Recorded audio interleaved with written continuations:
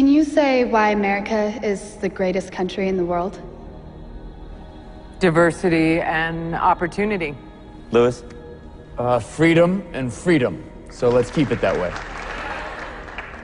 Well, why is America not the greatest country in the world, Professor. That's my answer. You're saying... Yes. Tell students that America is so star-spangled awesome that we're the only ones in the world who have freedom? Canada has freedom. Japan has freedom. The UK, France, Italy, Germany, Spain, Australia, Belgium has freedom. So 207 sovereign states in the world, like 180 of them have freedom. All right. And yeah, you, sorority girl. Just in case you accidentally wander into a voting booth one day, there's some things you should know. And one of them is, there is absolutely no evidence to support the statement that we're the greatest country in the world. We're 7th in literacy, 27th in math, 22nd in science, 49th in life expectancy, 178th in infant mortality, 3rd in median household income, number 4 in labor force, and number 4 in exports. We lead the world in only 3 categories: number of incarcerated citizens per capita, number of adults who believe angels are real, and defense spending, where we spend more than the next 26 countries combined, 25 of whom are allies. Now, none of this is the fault of a 20-year-old college student, but you nonetheless are, without a doubt, a member of the worst generation ever. So when you ask what makes us the greatest country in the world, I don't know what the fuck you're talking about. Yosemite?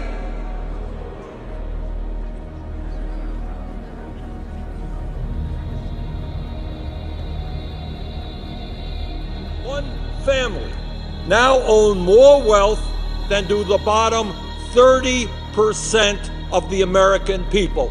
One family owns more wealth than the bottom 30%, 90 million Americans. Today, the top 1% own 40% of all of the wealth in America. Top 1% own 40% of all the wealth in America. In all of human history, mankind is politically awakened. That's a total new reality. And no matter where you go, politics is a matter of social engagement. And most people know what is generally going on in the world, and are consciously aware of global iniquities, inequalities, lack of respect, exploitation. The affirmative task we have now is to actually create a new world order. So we have to do what we do best. We have to lead. We have to lead. We have to update the global rules of the road. We have to do it in a way that maximizes benefits for everyone, because obviously it's overwhelmingly in our interest. This is not a zero-sum game. It's overwhelmingly in our interest that China prosper, that Mongolia prosper, that nations big and large, East and West, in Latin America and in Africa prosper. Because, you know that old expression, they asked Willie Sutton why he robbed banks, he said, that's where the money is. We want everybody to have a little money. Orwell famously said that he who controls the present controls the past, and he who controls the past controls the future. And that is because of the vital role that history plays in deciding our interpretation of what is happening in the world. The US National Archives censored all searches to the word WikiLeaks. Following that revelation, we looked closely at what else was going on. And in fact, as Kristen said, from 2006, it became apparent that the US National Archive had reverse classification of over 55,000 pages of material, that a great analysis done by the National Security Archives, a group run out of George Washington University. Imagine for a moment that somewhere in the middle of Texas there was a large foreign military base, say Chinese or Russian.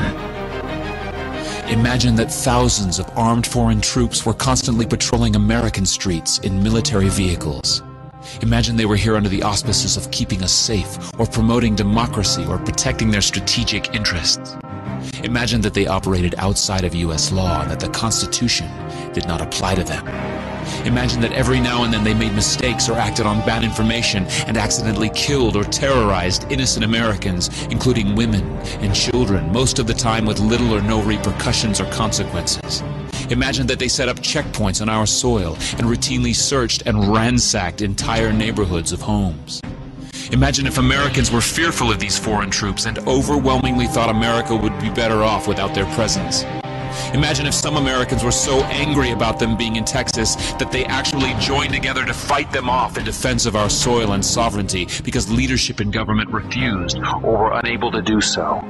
Imagine that those Americans were labeled terrorists or insurgents for their defensive actions and routinely killed or captured or tortured by the foreign troops on our land.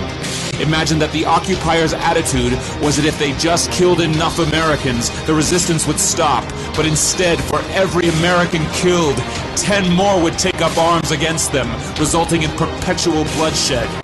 Imagine if most of the citizens of the foreign land also wanted these troops to return home. Imagine if they elected a leader who promised to bring them home and put an end to this horror. Imagine if that leader changed his mind once he took office.